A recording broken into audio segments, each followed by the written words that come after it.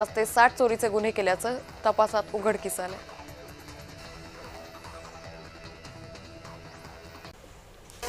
शिवसेनेच्या नाराजी नाट्यानंतर शिंदेंची दिल्ली वारी, केंद्रीय गृहमंत्री अमित शहांसोबत तासभर चर्चा।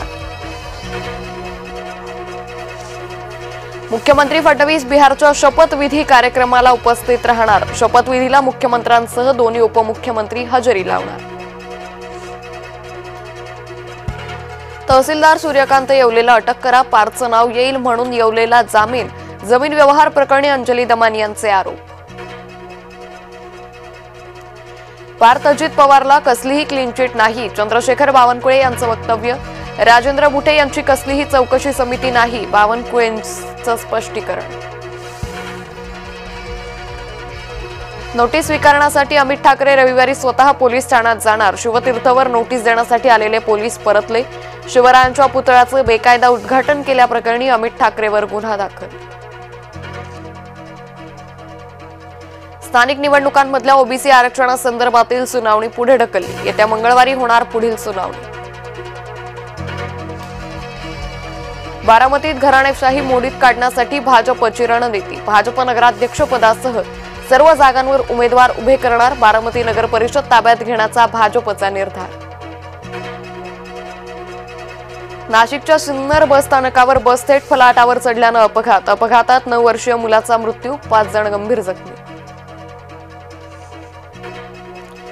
पवारांनी ठाकरेंना दूर करावं, मुंबई काँग्रेसची शरद पवारांना विनंती। वर्षा गायकवाड भेटल्या शरद पवारांना।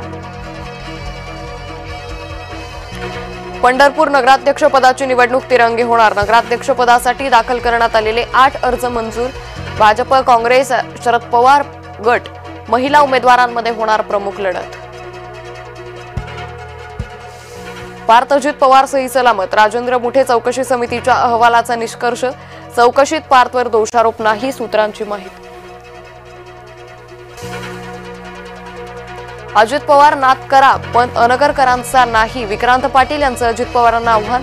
अनगर नगरपंचायत निवडणुकीमुळे वातावरण तापलं। राष्ट्रीय महामार्गाच्या भूसंपादनात 73.4 कोटींचा घोटाळा। बीडमधल्या महसूल विभागात खळबळ, 10 जणांविरोधात शिवाजीनगर पोलीस ठाण्यात गुन्हा दाखल। ठाण्यातील प्रॅक्टिस पिचवरून राजकारण तापलं। प्रॅक्टिस पिचला नजीब मुल्लांचा विरोध।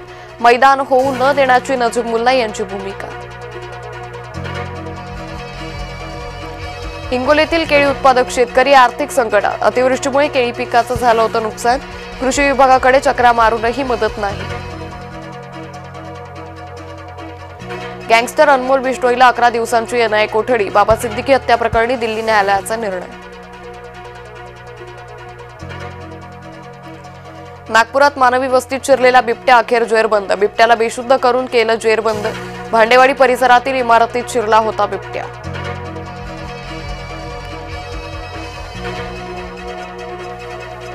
रशिया भारताला Su-57 लढाऊ विमानं देण्यास तयार। विमानांसह तंत्रज्ञानही बिनशर्त हस्तांतरित करणार।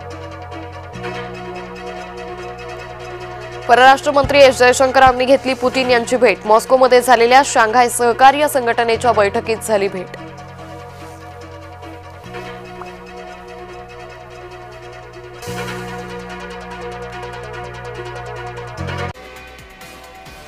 महत्त्वाची बातमी आहे, बिहारच्या मुख्यमंत्र्यांचा आज शपथ